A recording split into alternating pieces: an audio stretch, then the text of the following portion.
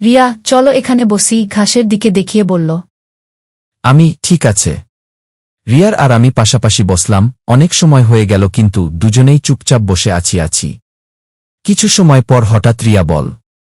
রিয়া, একটা কথা জিজ্ঞাস করার ছিল। সামনের দিকে তাকিয়ে বলল। আমি বলো কি জিজ্ঞাস করতে চাও? রিয়ার দিকে তাকিয়ে বললাম। রিয়া, সত্যি কথা বলবে তো? আমি বলো কি এমন কথা? রিয়া, তুমি কি আমার থেকে কিছু লুকাচ্ছ? আমার দিকে তাকিয়ে বলল।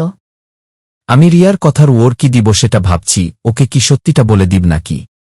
আমাকে চুপ থাকতে দেখে রিয়া বলল। রিয়া, কি হলো, কি ভাবছ? হালকা ধাক্কা দিয়ে। আমি না কিছু না। তুমি কি বলছিলে? রিয়া, আমি বলছিলাম যে তুমি কি আমার থেকে কিছু লুকাচ্ছ? আমি না মানে আমি আবার তোমার থেকে কি লুকাবো? রিয়া, না মানে তুমি কিছুটা বদলে গিয়েছ, আগের মতো আর নেই। আমি আগের মতোই আছি। রিয়া, আচ্ছা বাদ দাও এই টপিক। দুজনে আবার চুপ হয়ে গেলাম, কেউ কোনো কথা বলছি না। আবার কিছু সময় পার হয়ে গেল। হঠাৎ আমার মোবাইলে কল আসলো। মোবাইলের স্ক্রিনে তাকিয়ে দেখি আননোন নাম্বার থেকে কল আসছে। আমি তো এই সিম কার্ডের নাম্বার কাউকে দেইনি, তাহলে কে কল দিল? এসব ভাবতে ভাবতে কলটা কেটে গেল। এটা দেখে রিয়া বলল। রিয়া, কি ব্যাপার, কলটা ধরলে না কেন? আমি কিছু বলতে যাব তার আগেই আবার কল আসলো সেই একই নাম্বার থেকে। রিয়ার থেকে কিছুটা দূরে গিয়ে কলটা রিসিভ করলাম। রিসিভ করতেই ওই কই তুমি, কিছুটা রাগী গলায় বলল। আমি, কে আপনি আর কাকে কল দিয়েছেন? ওই আমি রোজা। আমি রোজা। রোজা, আমি, এখন কই তুমি? আমি তো এখন ভার্সিটিতে আছি।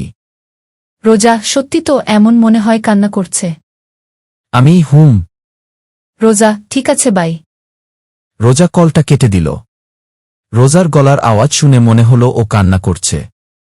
হঠাৎ রিয়া আমার পাশে এসে দাঁড়াল। রিয়া, কি ব্যাপার, কে কল করেছিল? আমি আব্বু মিথ্যা বললাম। রিয়া, ও কি বলল? আমি তেমন কিছু না, এমনি কল দিয়েছিল। রিয়া, তুমি আমার থেকে কিছু লুকাচ্ছ না তো? আরে বাবা, আমি আবার কি লুকাবো? আচ্ছা এখন কি খাবে বলো? কথা ঘুরানোর জন্য বললাম। রিয়া, চলো ফুচকা খাবো। ঠিক আছে চলো। তারপর রিয়া আর আমি ফুচকার দোকানে ঢুকলাম। রিয়া ফুচকা খাচ্ছে আর মাঝে মাঝে আমার মুখে একটা ফুচকা তুলে দিচ্ছে। ওর সাথে সময় কাটাতে আমার অনেক ভালো, কিন্তু আজকে কেন যেন ভালো লাগছে না, মনে শুধু রোজার কথাই মনে পড়ছে। হঠাৎ মনে পড়ল এতক্ষণে তো ভার্সিটির সময় শেষ। হঠাৎ আমার মোবাইলে আবার কার যেন কল আসলো। পকেট থেকে মোবাইলটা বের করে স্ক্রিন তাকিয়ে দেখি রোজা আবার কল করেছে। কিছু না ভেবে কলটা কেটে দিলাম। কলটা কেটে দিয়ে রিয়াকে বললাম। রিয়া, আমার এখন যেতে হবে, একটা জরুরি কাজ আছে। রিয়া, না, আজকে আমরা সারাদিন ঘুরব, তোমাকে আজকে সারাদিন আমার সাথে থাকতে হবে। রিয়া প্লিজ বুঝার চেষ্টা করো, আমার এখন যেতে হবে, কিছুটা চিৎকার দিয়ে বললাম। রিয়া হালকা কেঁপে উঠল, কারণ আমি কখনো ওর সাথে এভাবে কথা বলিনি। রিয়া, আচ্ছা ঠিক আছে যাও। আর সরি, ভয় পেয়ে নিচের দিকে তাকিয়ে বলল। আমি বুঝতে পারলাম ওর সাথে এমনভাবে কথা বলা ঠিক হয়নি। আমি রিয়াকে বুকের সাথে জড়িয়ে ধরে বললাম। সরি, প্লিজ কষ্ট পেও না, একটু রাগ উঠে গিয়েছিল। রিয়া নিশ্চুপ। প্লিজ সোনা, কথা বলো প্লিজ। রিয়া, তুমি বদলে গিয়েছ, তুমি আর আগের মতো নেই।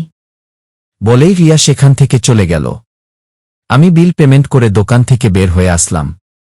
রাস্তায় এসে দাঁড়িয়ে আছি। নিজের উপর প্রচুর রাগ হচ্ছে, কিন্তু কারণ খুঁজে পাচ্ছি না। হঠাৎ আবার মোবাইলে রোজা কল আসলো। আমি কল রিসিভ করেই বললাম। আচ্ছা কি সমস্যা আপনার বলেন তো? রোজা, মানে? এত কল করছেন কেন? রেগে গিয়ে বললাম। রোজা, না মানে অনেক সময় হয়ে গেছে ভার্সিটি থেকে আসছো না, তাই ফোন করছি। আমি কি এখন আপনার কথায় চলব নাকি? আমার যখন বাসায় আসতে মন চাইবে আমি তখন আসব। আর শোনেন, আমাকে কল দিয়ে বেশি বিরক্ত করবেন না। বলেই কল কেটে দিলাম। অনেক রাগ হচ্ছে রোজার উপর, কেন যে আব্বু এই মেয়েটার সাথে আমাকে বিয়ে দিল। কয়েকদিনের মধ্যেই আমার আরামের জীবনটাকে তছনছ করে দিল। যত তাড়াতাড়ি সম্ভব এই মেয়েকে আমার জীবন থেকে সরাতেই হবে।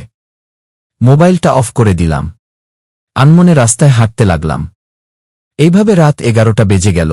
এখন আর রাগ নেই, এখন শুধু ভয় করতাছে বাসায় গেলে আব্বুকে কিভাবে ম্যানেজ করব। ভয়ে ভয়ে বাসার দিকে পা বাড়াতে লাগলাম। কিছু সময়ের মধ্যে বাসায় পৌঁছালাম। ডুপ্লিকেট চাবি দিয়ে বাসার দরজা খুলে হোল রুমে আসতেই